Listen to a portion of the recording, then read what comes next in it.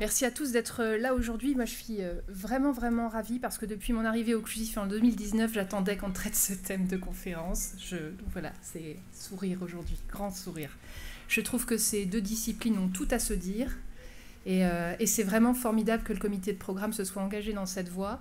Ça n'a pas fait débat en réalité. À peine on a évoqué le sujet, ça a été aussitôt adopté, et la seule question c'était comment est-ce qu'on aborde cette question, puisqu'évidemment la question, le champ disciplinaire de l'intelligence économique est très très grand, pareil pour la cybersécurité, donc pour ne pas faire comme les autres, pour avoir une vraie plus-value, comment articuler les deux, comment vous apporter des outils concrets, c'est ça qui nous a occupés. La façon dont on saisit l'intelligence économique, en réalité, au fil des ans, elle est quasiment toujours liée à l'actualité. Alors, je ne parle pas des chercheurs, évidemment, mais le grand public saisit les enjeux d'intelligence économique par le prisme de l'actualité. En 2015, on s'est demandé s'il y avait des valeurs républicaines qui faisaient l'objet d'influence.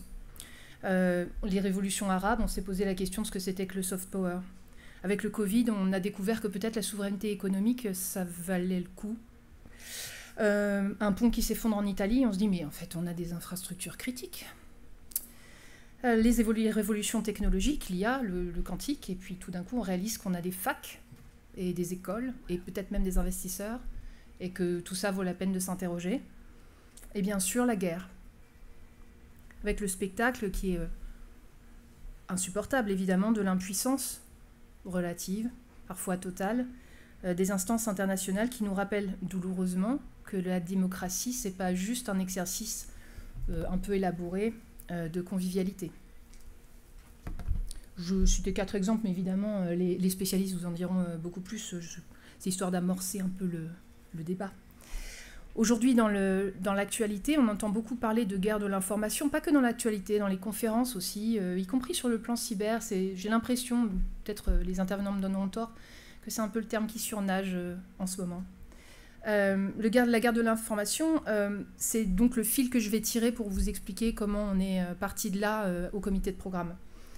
On connaît bien ce terme de guerre de l'information, en particulier chez les RSSI, parce qu'on parle aussi de fake news, on parle de rumeurs, on se demande comment est-ce qu'on se fait déborder par des usines de trolls. Ça fait écho chez nous à des choses, à des thèmes, à des concepts qu'on connaît. En réalité, c'est très ancien, évidemment, le concept de guerre de l'information, c'est très, très antérieur à la cyber.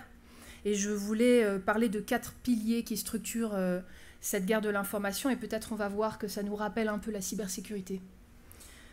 Protéger son propre système, acquérir de l'information sur l'adversaire, dégrader le fonctionnement régulier des systèmes de l'adversaire, et là les RSSI se disent « ça me rappelle quelque chose », et modifier l'information accessible à l'adversaire pour altérer sa prise de décision. Et là, je pense à tous ceux qui, au CLUSIF, interviennent sur la gestion de crise et l'exercice de crise, et qui se disent je connais ça aussi, je connais ça très bien.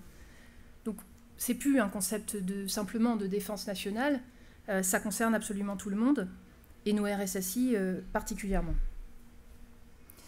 Vous le verrez, si on en fait une conférence, c'est que c'est pas si simple et que c'est intéressant, et à la croisée de plusieurs disciplines, la sécurité de l'information, l'intelligence économique, mais la communication stratégique aussi. Dans toutes ces dimensions, il faut intégrer la dimension informationnelle, sémantique, le sens, pas juste protéger les supports d'information, les infrastructures d'information, mais l'information elle-même. Et comprendre en quoi elle est en danger, éventuellement.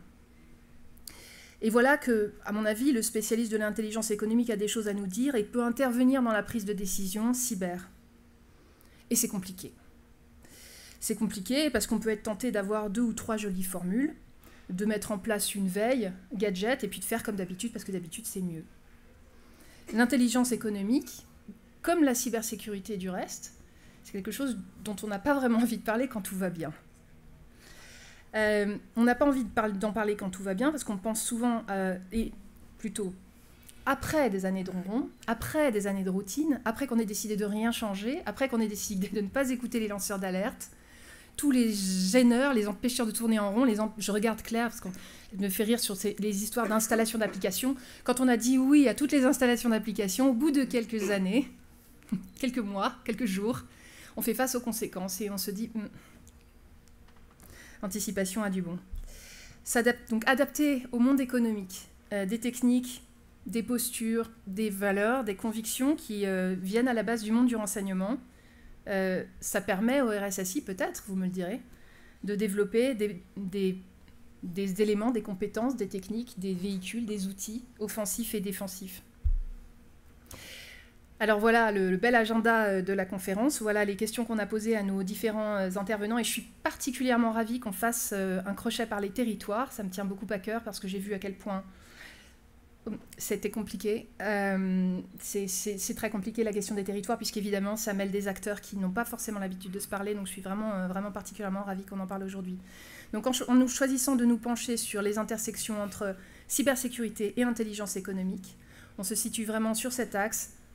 Comment profiter des outils qui sont pensés par d'autres, qui ne sont pas exactement dans votre champ disciplinaire, mais qui en réalité font face à des choses qui sont extrêmement analogues. Merci à tous les intervenants d'être là, c'est vraiment un grand plaisir. Merci à vous, merci aux intervenants.